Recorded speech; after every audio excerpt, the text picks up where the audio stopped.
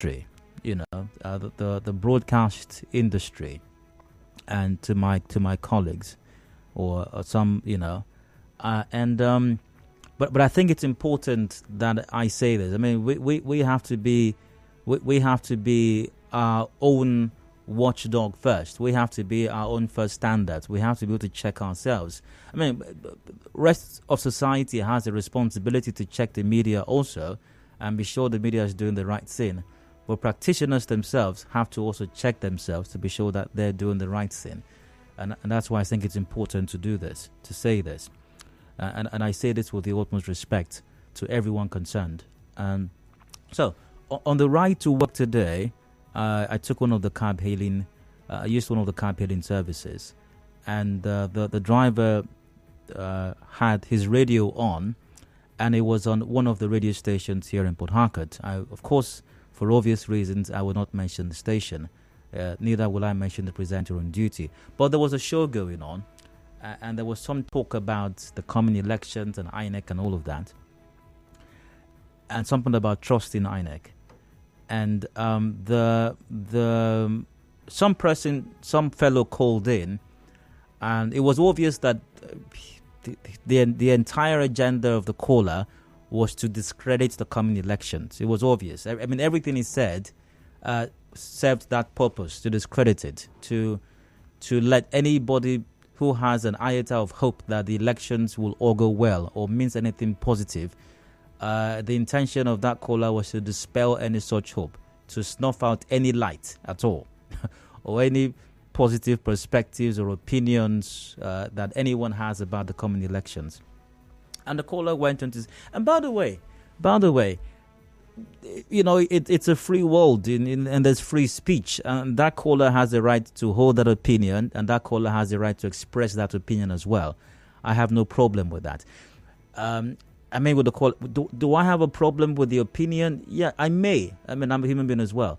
But I have no concerns with that caller expressing their right, or employing their right to express that opinion. All right, it's fine to do that.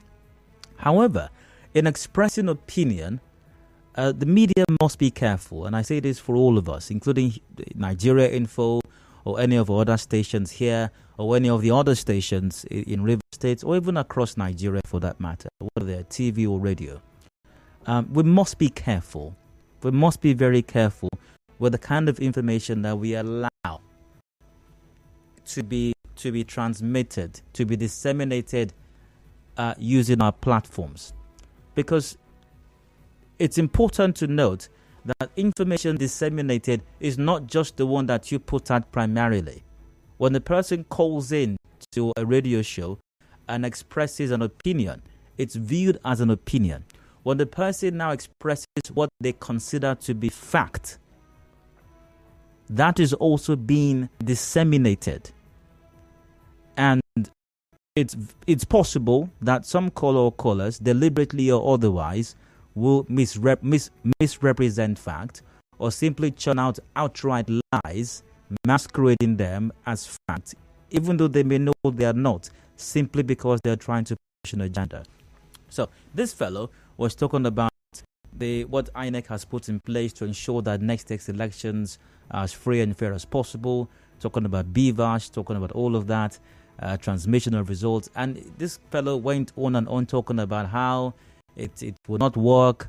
The politicians will manipulate the system. They will hack. He must have used the word hack like 20 or more times. They will hack it, they will hack it, they will hack it. Now, that's an opinion. How did this caller arrive at this opinion is where my problem lies. He went ahead to spew what he considered fact, which were outright falsehoods. Now, this fellow was cited the presidential election between former Vice President Al Gore and Bush, and President Bush in the U.S. Of course, that election, was disputed. The results were disputed in courts. Went all the way to the Supreme Court, by the way. And this caller said on radio that even the Supreme Court in the U.S. knew that the election was fraudulent, and the Supreme Court said, well, it was simply computer malfunction. And for that reason, just because computer malfunction, they will not overturn the result of the election. Basically, what he was saying was that the Supreme Court in the US knew the election was rigged, knew it was faulty, but publicly announced that it will not reverse the result of the election because the problem with the election was a computer malfunction. And he said the Supreme Court in the US said that. And that is totally false. That is not true. A quick Google search will take you to several websites. Some of them even have summaries of the Supreme Court's ruling on that matter. The Florida Supreme Court's ruling and the US Supreme Court's ruling on the matter. And nowhere the Supreme Court acknowledged that the election was rigged, but because it was computer malfunction, they will not overturn the result of the election. Nowhere, no Supreme Court in the US ever said that. But this caller insisted that the Supreme Court did say that. And what was even more disturbing for me, as if that was not bad enough, and I say this very respectfully, by the way, because a great responsibility is placed on every presenter on a radio station, whether you're discussing the outcomes of elections or you're discussing what Wizkid had for dinner last night. It's very important that you churn out factual information. And I know it's tough. Nobody knows everything. You can't know everything. But like a very smart, intelligent fellow I know used to say some time ago, one of our past head of stations, Adura Tomi Bolade, aka Tomi B, if it doesn't make sense, it very likely is not true. I mean, and he always admonished, let common sense guide you on radio.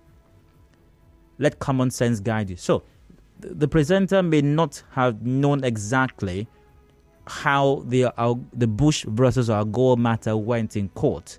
He may not have the details of that. After all, Rivers State House of Assembly did not have the Supreme Court judgment on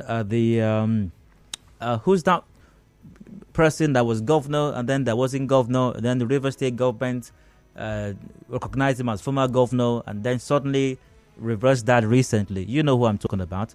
And the Rivers House of Assembly said that they didn't see the original judgment that was delivered years ago, and so they changed their minds after a while. So if the Rivers House of Assembly didn't know the content of a Supreme Court judgment from years ago, it's possible that a presenter on radio may not know exactly what the content of a Supreme Court ruling in the US was years ago, possibly even decades ago. However, it doesn't make sense that a Supreme Court will say, we know that the election was rigged, but we will not overturn it because it was computer malfunction. That doesn't make any sense. That defies logic. That obviously does not fall within the realm of common sense. So if it doesn't make sense, it very likely is not true. It's very likely is false. Even if you don't know what the fact is, if it defies logic, if it defies common sense, then you have to be very careful, but the presenter allowed this fellow to go on, and in a bid to further double down and give credence to the falsehood, he also likened it to he mentioned Hush Puppy and said that if Hush Puppy can steal money from people's accounts, they can rig election. Obviously, this person does not understand how advanced free fraud works also. Hush Puppy did not go about hacking into people's accounts. That's not exactly how advanced free fraud works. It doesn't work that way. If he understood how it works, then he wouldn't have. There are no similarities actually. But the most startling part was the claim that the U.S. Supreme Court said what the U.S. Supreme Court obviously did not say, and he was using that as a bit, in a bit to buttress the point he was trying to make, which was obviously false as well. So we need to be careful with the kind of information we allow people to pass through our channels, to disseminate through our channels, because a lot of people out there will not bother to check. I mean, we're in a society where people get their news from WhatsApp, and then when they hear it on radio, and when the person is sounding confident and is mentioning U.S. Supreme Court said U.S. and is mentioning U.S. Supreme Court as if he and the justices of the U.S. Supreme Court play golf every weekend, like he knows them personally.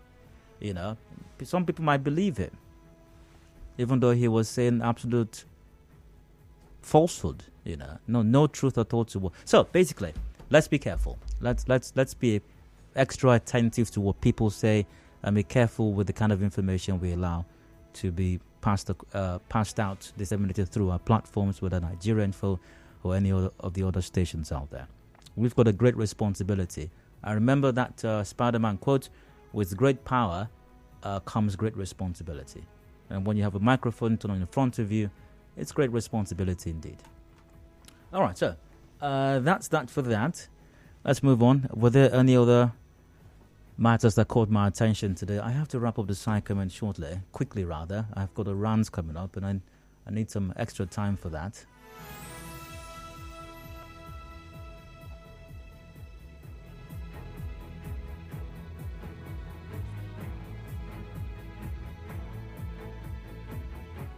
By the way, congratulations to all of those who are going to be receiving rice from the state government, as the River State Governor, Yesu Muke, is set to approve the release of 5 bags of rice per unit in all polling units in the state.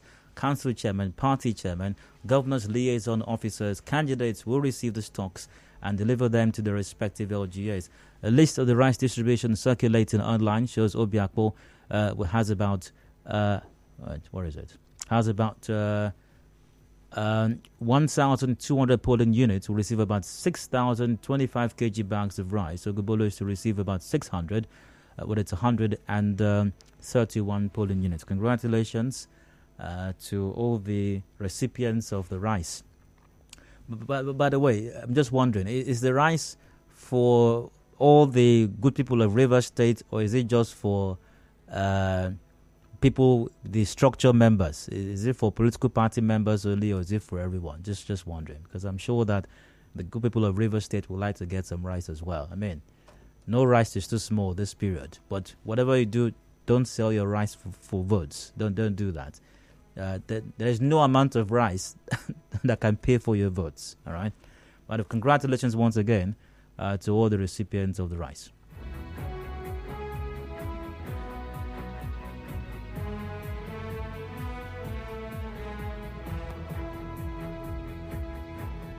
So I think I'll leave the side comments. I'll leave the side comments on that note.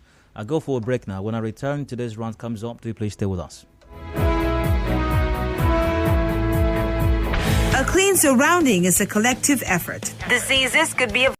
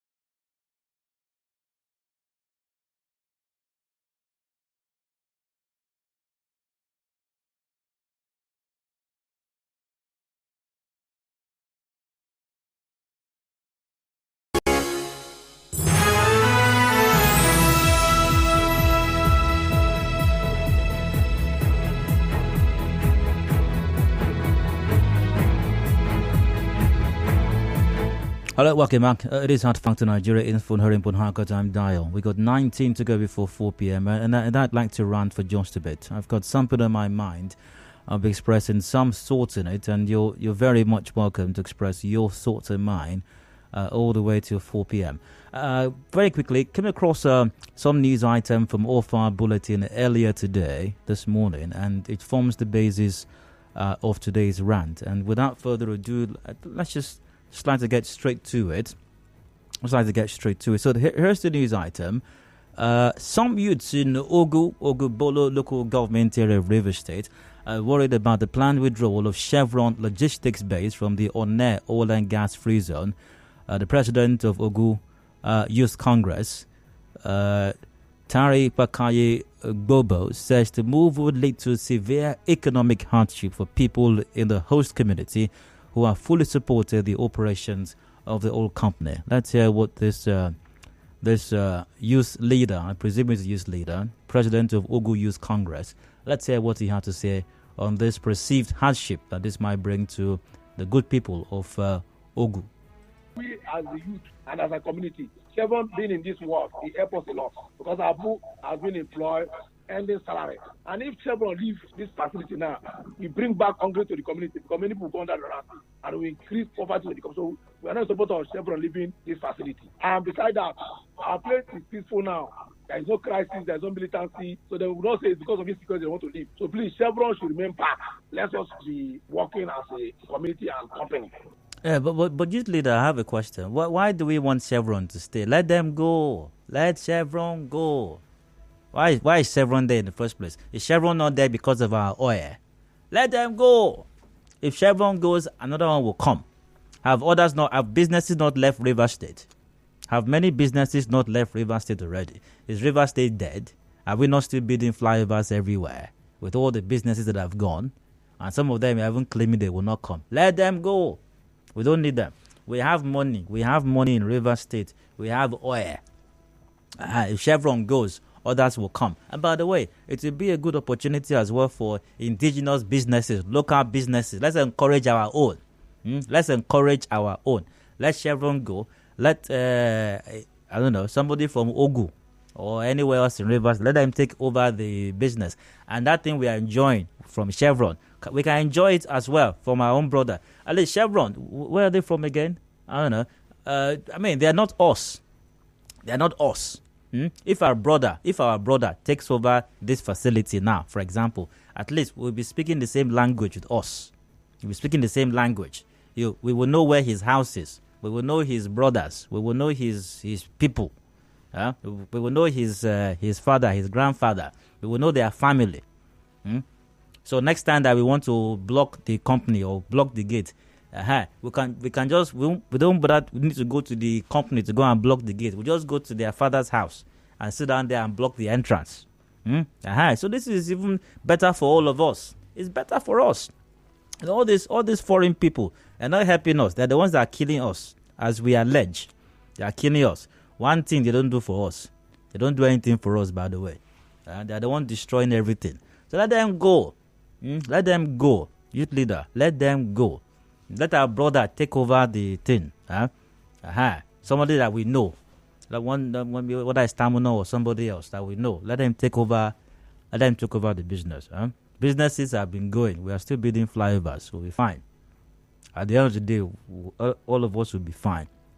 Now he goes on. The youth leader called on the Nigerian Port Authority, the Oil and Gas Free Zone, and other appropriate organs of government to prevent the relocation of the logistics base in order not to disrupt the peace in the community. Let's listen again. If they say they want to use that way to live, well, the way my community is, maybe those who are working, I will say, let's not pull against them, let them pay their 30 billion. Right now, they're still operation here. I can show the operation so that we can come to round table talk to say, what do them? We say, if you want to leave, so we don't want you to leave. That's why I'm starting your work. But tomorrow morning, I will raise a letter to MP, to the port manager, letting them know that if everyone want to leave this facility, we will not allow them to leave. I think they have little property that will make them uncomfortable to leave those property here. So they will resume back here. Brilliant idea, youth leader. I have never heard a more brilliant idea in my life. The perfect way to make a company feel comfortable doing business in your community is to make them feel uncomfortable. This is the work of pure genius. This is genius level thinking. How else do you make a company feel comfortable doing business in your community? How else do you make them stay? The one way to make them stay is to threaten them. Threaten them that they will not work, so that they will stay and work. You see how it's reverse. You people understand what the youth leader is doing. It's called reverse psychology. You people that didn't read psychology now, you'll be wondering. You say, what's this man doing? You see, that's why we say you should learn, read books, expand your scope, study psychology. If you understood psychology now, you understand that the best way to make a company feel comfortable, in fact, the best way to make that company invest more money, even go and bring more, double the one that they've invested before, is when you threaten them well. shake there, threaten to destroy their company if they want to go. See, they want to go, even the small they have here, you will destroy it. And then you threaten other businesses also that are not even connected to that business. Threaten everybody so that they will go and bring more money to invest in your community. This is genius. If only we had been doing this with other businesses, if only we had been doing this, all these businesses that left River, they wouldn't have left. The mistake we made was we didn't threaten them. If we had made them more uncomfortable, they would have stayed. Problem was that we only made them small, uncomfortable, small, and some of them were pampering them. If we had threatened them very well, threatened them seriously, like this youth dealer is threatening Chevron now, they would have all stayed. They would have all stayed. Now, last week, youth under the aegis of the Onne Youth Council staged a peaceful protest at the Chevron logistics base over the planned relocation of the base. They submitted a letter of appeal to the Chevron management to reconsider the decision to relocate its logistics support base from Onne in order not to throw the community and River State into economic hardship. Let them go. Others will come. They want our oil. They want our oil. And let's see here, just threaten them well. They won't go anywhere. They will stay. Threaten them very well. The best way to make a company feel at home in your community is to threaten them and make them feel uncomfortable. It's hilarious. It's a tragic comedy indeed, really. And the fact of the matter is that we need to ask ourselves the question: why are businesses leaving River State? Why have they left before? Why are they still? Not just River State, because by leaving River State, they're not just leaving River State; they are leaving Nigeria. Question is why? Why aren't we having more direct foreign investment flow into Nigeria? Why are other African countries getting more of this, even in the oil and gas industry, compared to what Nigeria is getting? Why is that happening? We need to do a lot of introspection. And the point of this rant, in case you haven't deciphered it yet, is to remind all of us that as far as the economic viability of our communities are concerned, we all have roles to play. We all have a responsibility to ensure that our communities are economically viable. That those of us, even our brothers, our terminals and co, can invest our monies here, and we can get foreign investment as well. Because not only will investors make money, which is a good thing, but in so doing, we develop our own capacity as well. We develop our economies as well. We earn incomes from working for these businesses. And the only way that will thrive and continue to thrive and even increase over the years is if we play our roles, make these companies feel comfortable in every way we possibly can. And not just the people, governments have a responsibility as well. It all starts with electing the right people into office who understand how economies work and who will ensure the right policies are in place to make these companies feel at home. And then when we do that, we play our roles as well, especially as host communities, to ensure these companies feel at home and they're able to do their business safely because we benefit off that. One way to do this, definitely, forget my sarcasm earlier on, is not threatening the businesses, not threatening to charge them 30 billion. By the way, that was a hilarious joke. I'm sure nobody's going to give anybody 30 billion for anything. On that note, I end my rant. Thanks for listening. Hope you went bored. Let's get your take. My lines open. Call 0700 923 0923.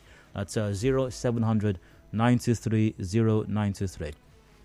Via WhatsApp on 0809 030 6416. That's 0809 030 6416. We're live on Facebook.com/Nigeria Info PH. We're also live on Twitter at Nigeria Info PH as well.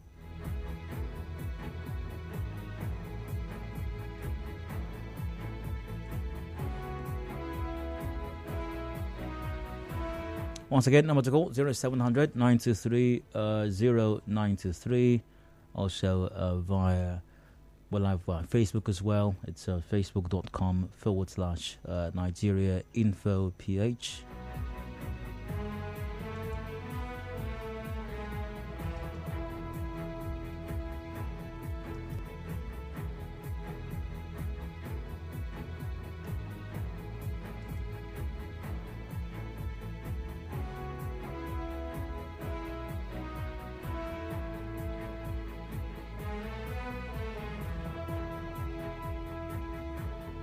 Via Facebook, got a few comments here as well. Let's see. Emma Harry goes, just as we know, Dial, people say different things at different times depending on where the focus is at that point in time. So it's not surprising.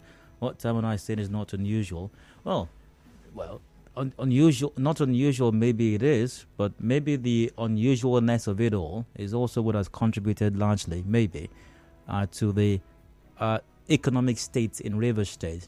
We have one of the highest unemployment rates in the country, in spite of what is supposed to be a thriving oil and gas industry.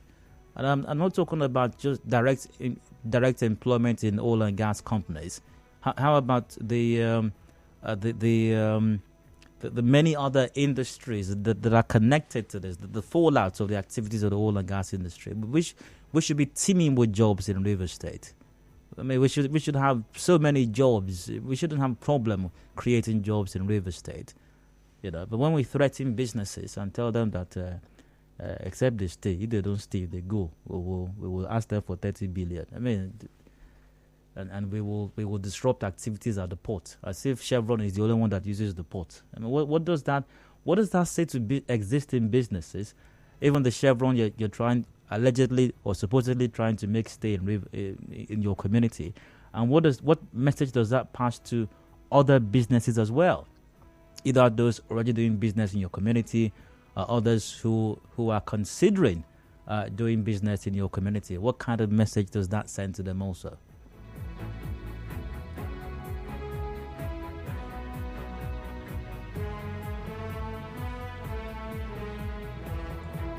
In my estimation, not a positive message at all. Not a positive message at all.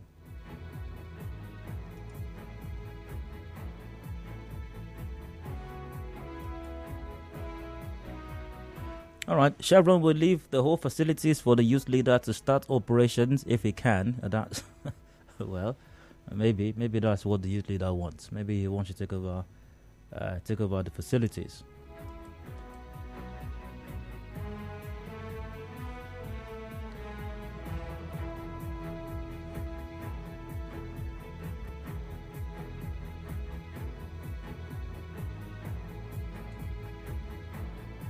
Commercial break, I think. I'll be back in a moment. Real Life Entertainment presents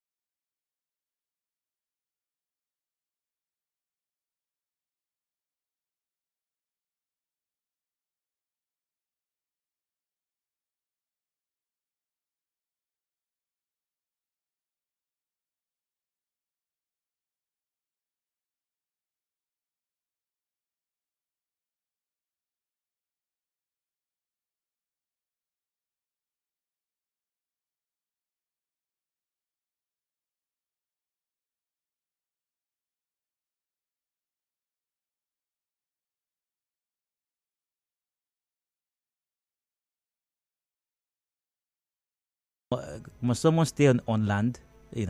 Anyways, I hope it works out. But then again, if you want businesses to stay, you have to make them comfortable. Threatening them is not the way. Stick around. Be back in a bit.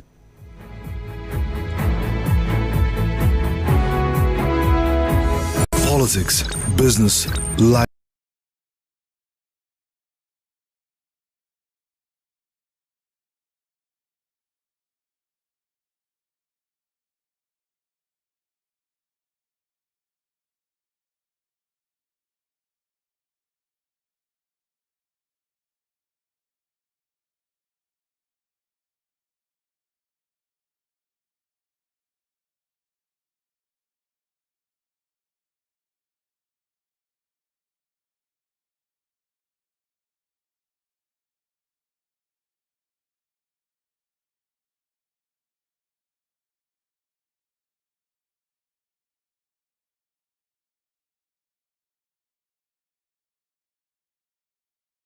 In a statement, said most cash withdrawals from government accounts, including payments for ESTA code, are often in excess of the cash withdrawal limits provided by the Money Laundering Act.